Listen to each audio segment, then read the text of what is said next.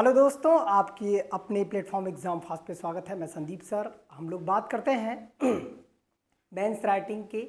Mains writing skill कैसे develop की जा सकती है और जो करंट से रिलेटेड मेंस राइटिंग करना है वो किस तरह से आपको सबसे बेहतर मेंस राइटिंग लिखना होगा।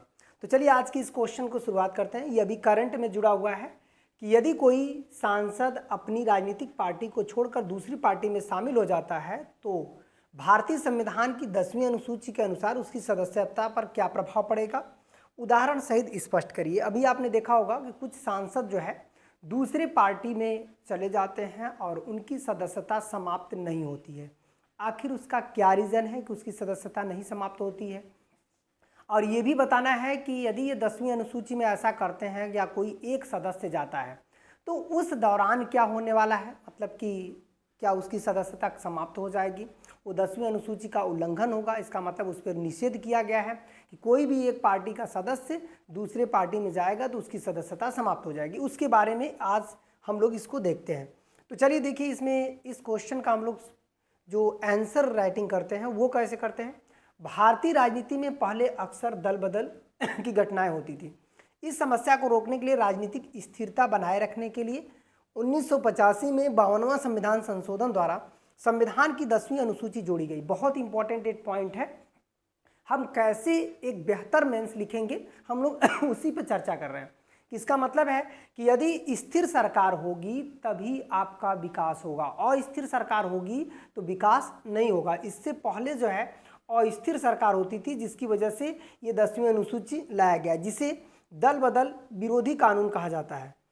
अयोग्यता के आधार, मतलब इसमें कैसे अयोग्य आप बनेंगे। 10वीं अनुसूची के अनुसार यदि कोई सांसद अपनी पार्टी छोड़कर दूसरी पार्टी में शामिल हो जाता है तो उसकी सदस्यता समाप्त की जा सकती है। इसके प्रमुख आधार निम्न है। क्या क्या है? स्वेच्छा से पार्टी की सदस्यता त्यागना। यदि कोई सांसद उस राजनीतिक दल की सदस्यता छोड़ देता है जिसके टिकट पर वो चुनाव लड़ा है तो उसकी सदस्यता क्या होगी, स्वेच्छा से समाप्त हो जाएगी। फिर वहाँ पे उपचुनाव कराए जाएंगे। अब बात करते हैं कि पार्टी के निर्देश का उल्लंघन, तो भी उसकी सदस्यता समाप्त की जा सकती है।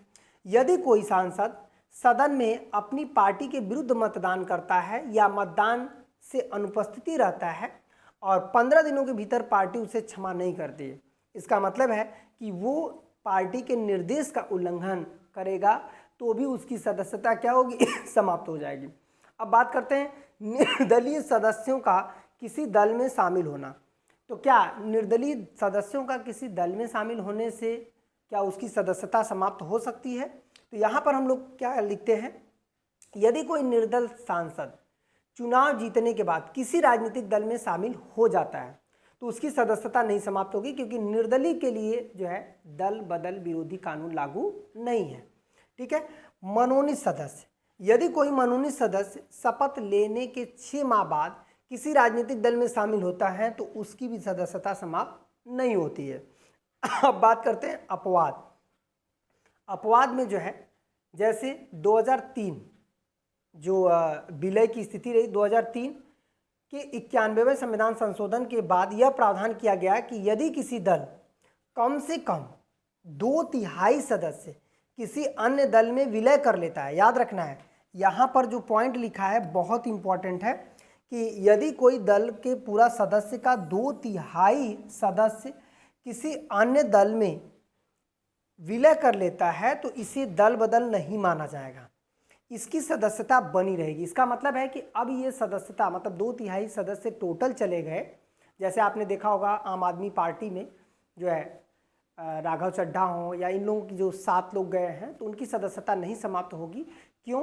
क्योंकि वो 2/3 जो है किसी पार्टी में जुड़ गए हैं। तो अब बात ये करते हैं, नहीं माना जाएगा, इसकी सदस्यता बनी रहेगी। ये किस पॉइंट में आ गया? 91वां संविधान संशोधन 2003 में। अब बात करते हैं कि इससे पहले, मतलब 2/3 से पहले इसका क्या प्रावधान था। इससे पहले जो है 1/3 सदस्यों को अलग होने की मान्यता थी, जिसके बाद इसे समाप्त कर दिया गया। तो इसका मतलब है कि ये जो है समाप्त कर दिया गया। अब 1/3 नहीं बल्कि अब 2/3 है।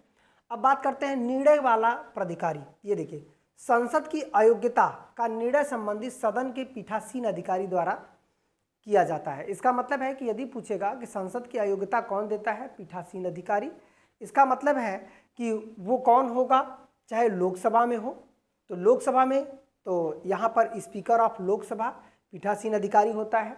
इसका मतलब है कि लोकसभा की यदि सत्ता समाप्त करनी होगी तो वो कौन सा सदस्य होगा, वो लोकसभा से अध्यक्ष होगा। इसका मतलब है कि अब लोकसभा का स्पीकर यदि चाहेगा तो लोकसभा से, और राज्यसभा में यदि करना है तो चेयरमैन ऑफ द राज्यसभा, ये उसकी सदस्यता क्या कर सकता है, समाप्त कर सकता है। अब बात करते हैं न्यायिक समीक्षा।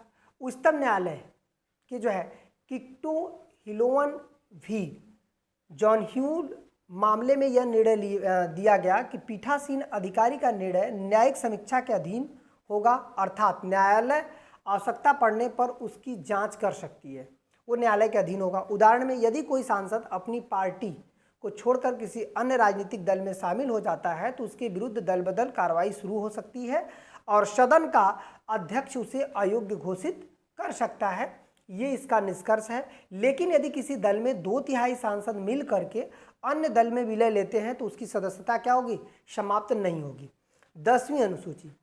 10वीं अनुसूची का उद्देश्य भारतीय लोकतंत्र में राजनीतिक स्थिरता, याद रखिएगा ये जो निष्कर्ष हम लोग लिख रहे हैं, निष्कर्ष पे बहुत अच्छे से ध्यान रखना है कि ये जो राजनीतिक स्थिरता है, पार्टी अनुशासन है और मतदाताओं के जनादेश की रक्षा करना, हालांकि पीठासीन अधिकारी की निष्पक्षता और सांसदों की विचार अभिव्यक्ति की स्वतंत्रता जैसे मुद्दों पर इस कानून को अभी भी चर्चा जारी है।